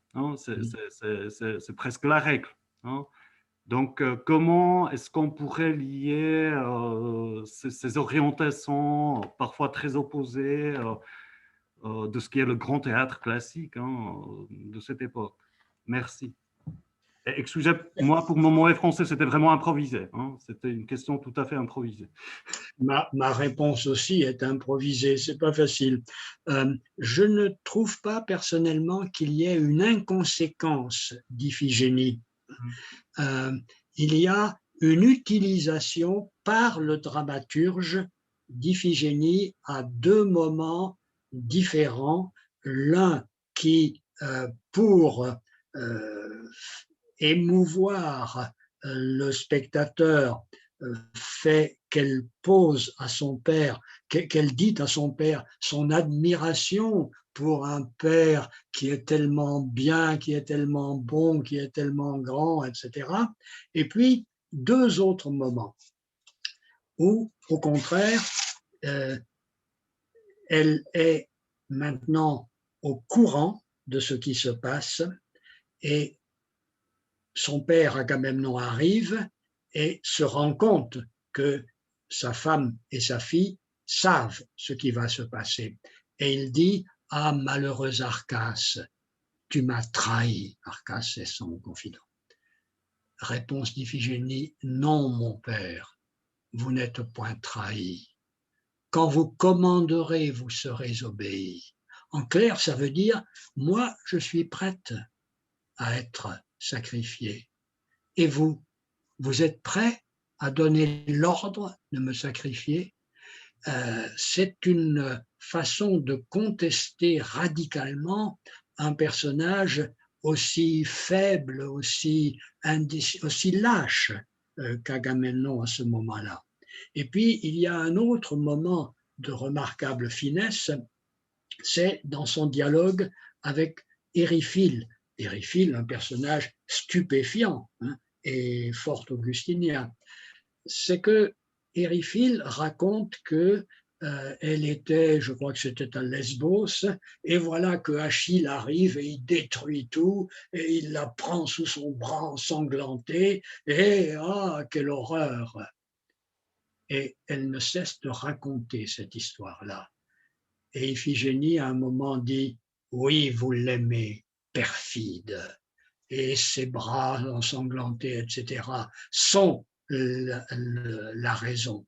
Et elle fait là une psychanalyse d'Éryphile. Vous voyez, je ne trouve pas que ce soit une inconséquence parce que à partir du moment où elle sait qu'il va y avoir un sacrifice et que c'est elle qui sera sacrifiée, elle assume sa position. Elle est prête à mourir vraiment.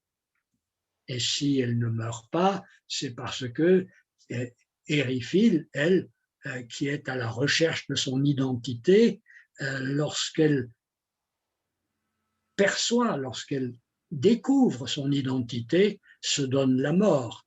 Et là, je rapprocherai de ce que j'ai dit de la rencontre entre Athalie et Joas, entre Néron et Junie, entre Phèdre et Hippolyte, quand le coupable, qui jusque-là ne se sentait pas coupable du tout, rencontre l'innocence, c'est à ce moment-là qu'il se sent coupable et que ça lui plonge un poignard dans le cœur. Ma réponse ne satisfait qu'à moitié. Merci, merci, c'est compliqué. Merci. Merci beaucoup. Si, c'était tout à fait passionnant, c'était un échange tout à fait passionnant. Est-ce qu'il y a d'autres interventions? Vous pouvez prendre la parole. Oh, j'ai le manifesté dans le chat. Sinon, moi, en attendant que d'autres se lancent, moi, j'aurais une question à poser à M. Roux. C'est une question qui me travaille depuis longtemps, mais je n'ai pas encore eu l'occasion de la lui poser. Et c'est d'ailleurs une question qui se pose dans l'ouvrage sur lequel nous nous penchons ce soir. Si je vous lis bien, M. Roux, il n'y a pas de fatalité, et je serai assez d'accord avec vous pour les raisons que vous dites. Mais vous êtes plus partagé sur la question de la vision tragique. Vous insistez sur les déchirements de la conscience, qui sont liés, là encore, si je vous lis bien, à l'augustinisme d'une part, mais aussi à ce que vous appelez par ailleurs la révolution dans la condition humaine, qui s'opère à la fin du XVIIe siècle, ce qui explique pourquoi les poètes de la génération suivante ne retrouveront plus le secret du tragique. Alors, vous évoquez Barthes, Moron, Goldman, mais quel est le lien que vos analyses entretiennent avec les travaux de Vernant, de Vidal-Naquet, qui estimaient aussi, un peu parallèlement à ce que vous faites, que la tragédie est réservée à certains moments de notre histoire, privilégiée, qui estimait que la réussite de la tragédie grecque était liée à un très provisoire équilibre, celui de la démocratie athénienne. Vous citez Vernant et Vidal-Naquet dans celui-là, hein, dans la révolution de la condition humaine. Et est-ce que pour vous, mutatis mutandis, Racine est au XVIIe siècle ce que Euripide a été à l'Athènes du 5e siècle avant Jésus-Christ, et est-ce que le XVIIe siècle aurait une importance égale à celle qu'a eue la Grèce ancienne dans l'histoire de l'Occident? Je crois que le XVIIe siècle est un moment contradictoire, profondément contradictoire, comme l'époque de Sophocle et Euripide. C'est-à-dire que d'un côté se met en place la monarchie absolue, l'ordre de façon générale dans tous les domaines, et d'un autre côté se développe commence à travailler la société l'intérêt, l'amour de soi-même, comme ils disent. Et les deux sont inverses, c'est-à-dire que l'ordre est global, tandis que l'amour de soi-même est individualiste. Et je crois que cette période-là d'opposition qui n'est pas consciente d'elle-même. Et je pense que les grandes œuvres artistiques et littéraires sont faites par des gens qui vivent un problème sans en avoir claire conscience, sans pouvoir l'expliciter au plan politique ou au plan philosophique. Alors, ils passent par autre chose sans savoir tout à fait le sens de ce qu'ils fabriquent. Et oui, je crois qu'il y a une analogie vraiment entre les deux. Je rappelle que pour Vernon et Vidal-Naquet, le siècle tragique, bon, est d'une part un siècle d'épanouissement qui permet la forme, la tenue de la tragédie, mais d'autre part, une époque où l'humanisme, les capacités de l'homme sont en train de l'emporter, mais où la crainte de la domination des dieux continue encore à travailler. Et il y a l'exemple qui me paraît type d'Œdipe, hein, eh bien, quand il a su qu'il allait tuer son père et sa mère, il est parti là-bas afin de ne pas succomber à l'oracle. Et là-bas, bon, ben, il y a quelqu'un qui lui barre la route. Bon, il se bat et il le tue. Bien. Et il a développé donc sa capacité là. Et puis, il y a un sphinx là, une sphinge. Lui, il trouve la réponse et il délivre la cité. Voilà, il n'a fait que des choses remarquables du point de vue humain. Et le problème, c'est qu'il ne sait pas que ces choses-là sont enclenchées dans un autre système qui en font des culpabilités. Oui, merci beaucoup. C'est tout à fait éclairant, je trouve, ce parallèle et l'idée qu'on a des époques tragiques.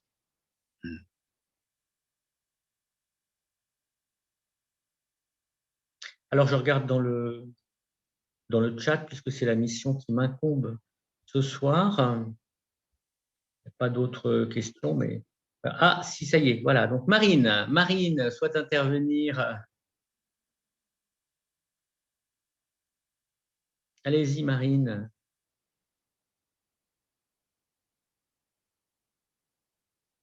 On ne vous entend pas pour l'instant.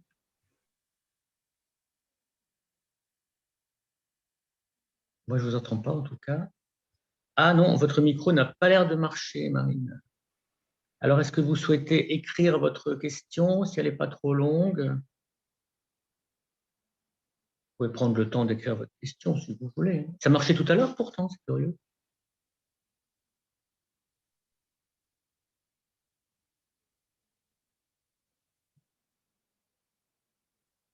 Voilà, donc on va laisser le temps à Marine de formuler sa question par écrit.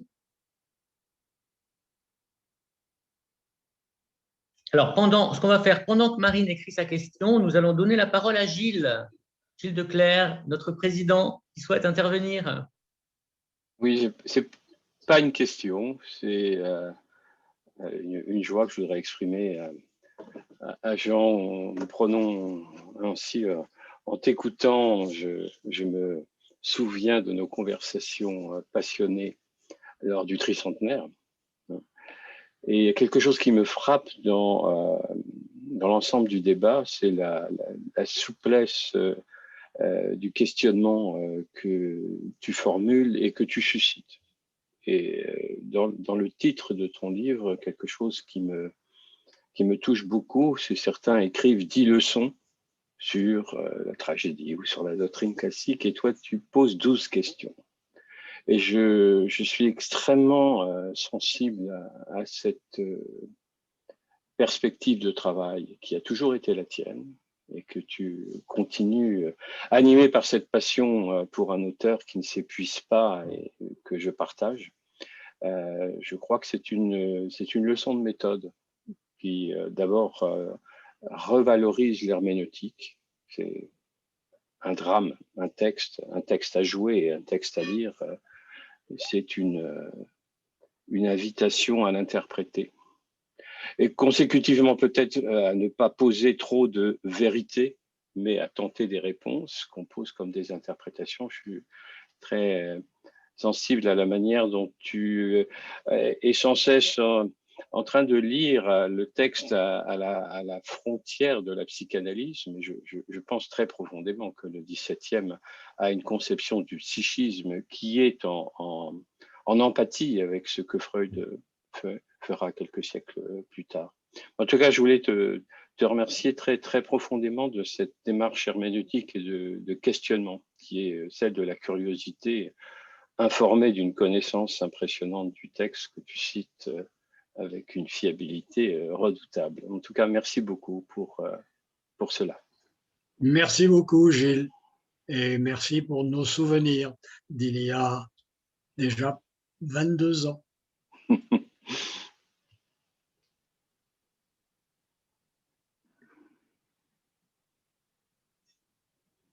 Merci Gilles, merci Monsieur Roux. Est-ce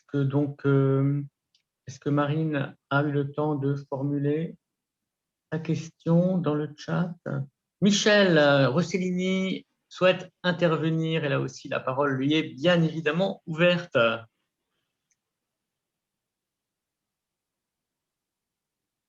Rossellini va participer aux aventures du tricentenaire, elle aussi. Le micro, voilà. Voilà.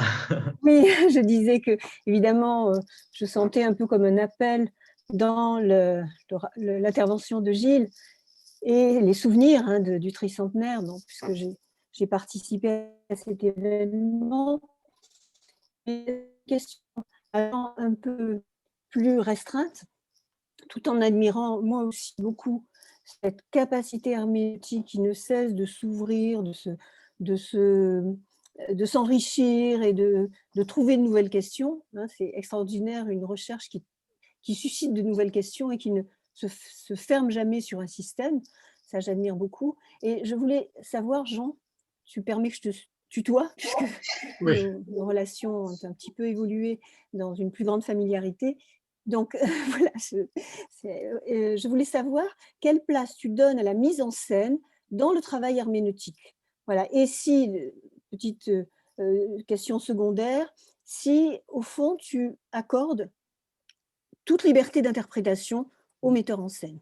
Est-ce que la liberté peut être considérée comme infinie ou est-ce qu'elle est très restreinte quand même parce que tu disais de la hiérarchisation possible des sens qu'une pièce produit pour son lecteur? Je crois que dans la mise en scène, il faut aller aussi loin que possible dans l'adaptation formelle, c'est-à-dire écrire, faire la mise en scène avec les moyens d'aujourd'hui pour des spectateurs d'aujourd'hui. En revanche, il faut en même temps, à mon avis, et ce n'est pas facile, révéler aux gens d'aujourd'hui ce qu'était la vision qui est à la base de la pièce. Par exemple, il y a eu une célèbre adaptation par le théâtre Vidi à Lausanne, si je me souviens bien, de Phèdre, qui a fait le tour de l'Europe et qui a été extrêmement apprécié. Eh bien moi, je ne l'ai pas apprécié, parce que dans cette mise en scène-là, le côté érotique était largement dominant. Phèdre, oui, bon, d'accord, de toute façon, on en a vu d'autres. Mais l'autre pôle, c'est-à-dire l'interdiction de la liberté relationnelle, amoureuse, sensuelle, une interdiction qui a pesé jusqu'aux années 70 n'était plus présente là. Alors, ça veut dire d'une part que la personnalité de la pièce, qui est la contradiction entre les deux Phèdres, n'était plus là, la pièce n'était plus là, et d'autre part que la mise en scène ne montrait pas aux gens d'aujourd'hui ce que les gens d'aujourd'hui ignorent spontanément. Alors que la mise en scène, me semble-t-il, doit être très moderne dans ses moyens et révéler ce qui était dans le passé. Je suis assez d'accord. Merci beaucoup. Merci Jean pour cette réponse très claire. Alors, nous avons la question de Marine, qui l'a rédigée par écrit. Donc, ce qui m'a frappé dans la présentation de M. Lecomte. Alors, il y a un phénomène d'écho. Voilà, on dirait que ça a disparu. Ce qui m'a frappé dans la présentation de M. Lecomte de l'ouvrage de M. Roux, c'est son rapprochement avec le cantique 3 de Racine. À la lecture de ce cantique, tout en vous écoutant, j'ai retrouvé le cantique de Messa dans Partage de midi de Paul Claudel, et par conséquent la voix de Claudel à travers les mots de Racine. Qu'en pensez-vous, M. Roux? Vous demande Marine. Qu'en pensez-vous, M. Roux? Eh bien, je pense tout à fait, parce que Claudel était profondément chrétien, profondément moraliste chrétien. Ses prises de position, parfois, ont été, par rapport aux prêtres ouvriers, par exemple, très restrictives. Et en même temps, dans ses pièces, il y a une hardiesse de liberté, y compris de liberté sensuelle, tout à fait remarquable. Si bien que, oui, on peut retrouver en lui les deux hommes dont parlait saint Paul et dont parlait encore plus précisément Racine, parce que chez saint Paul, c'est moins net. Merci beaucoup pour cette réponse qui, je pense, aura satisfait Marine. Oui, c'est un rapprochement tout à fait inattendu, mais effectivement pertinent pour les raisons que vous avez dites. Est-ce qu'il y a d'autres interventions dans le chat ou directement? Encore une fois, voilà. Nous n'allons pas être mis à la porte par le concierge. Alors, on ne va pas rester jusqu'à minuit, mais on doit profiter aussi des avantages, malgré tout, que nous donne Zoom. Donc, n'hésitez pas à prendre la parole. Je sais qu'il y a des gens qui s'intéressent à la place d'Augustin chez Racine dans la salle. Voilà, donc, si vous avez des choses à demander en direct à M. Roux, eh bien, n'hésitez pas.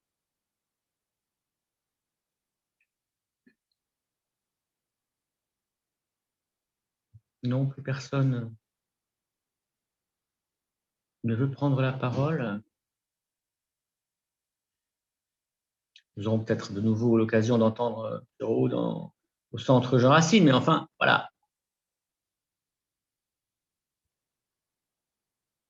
On dirait que je vais rendre la parole aux organisateurs de cette soirée, donc Tristan et Jérôme, puisqu'il semble que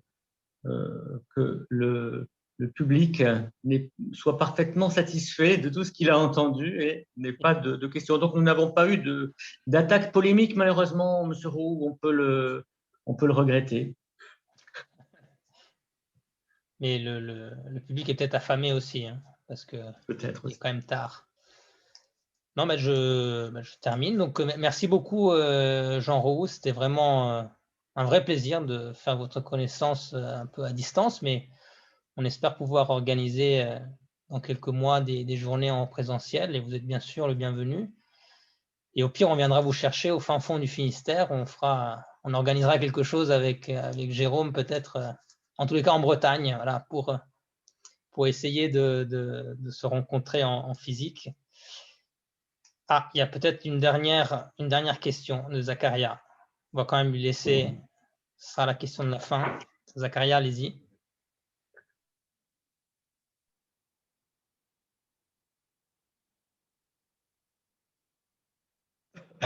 Vous m'entendez? Oui. Oui, on vous entend. Oui, j'aimerais profiter de cette occasion rare, peut-être pour moi, de discuter avec des spécialistes en posant une seconde question à M. Genreau, qui cette fois-ci peut-être d'ordre beaucoup plus stylistique.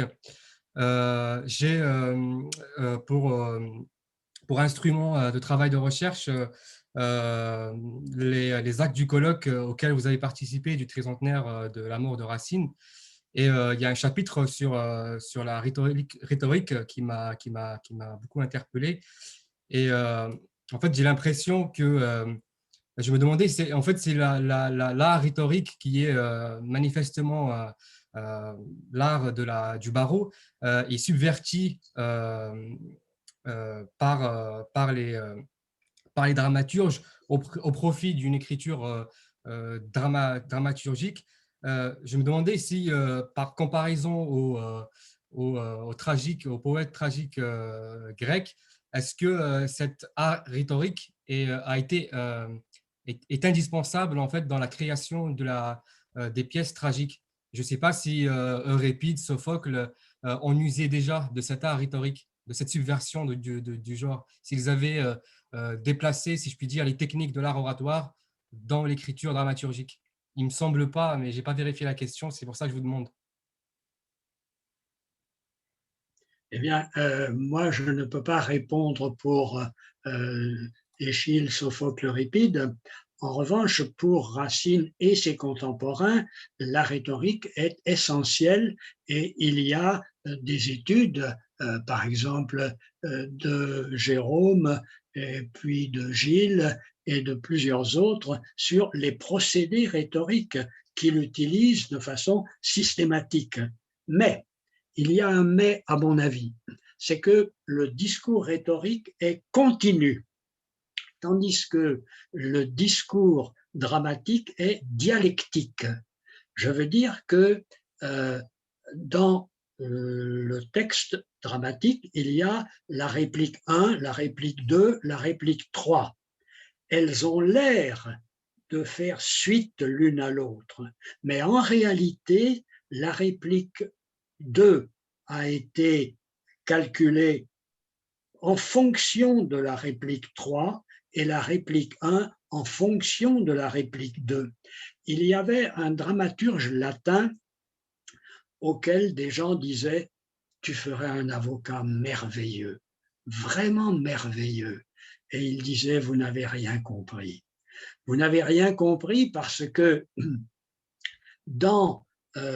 comme au tennis, si vous voulez, dans l'art dramatique, il s'agit d'envoyer une réplique pour que, à la fois, la réplique suivante soit difficile et soit éclatante.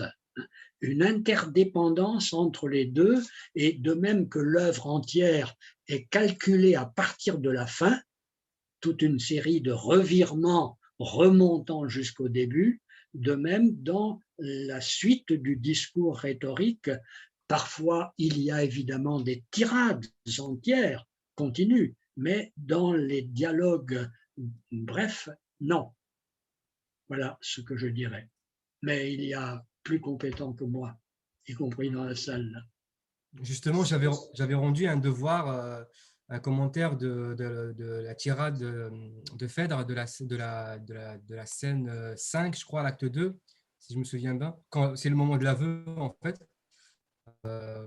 Et dans mon commentaire, j'avais écrit qu'en fait, c'était organisé selon les parties, suivant les parties, selon les étapes de l'horizon du discours, avec une introduction où elle développe, où elle pose un ethos. Mais bon, c'est un ethos pour moi qui convertit. Elle se dit que chaque fois, elle se dit que c'est un monstre.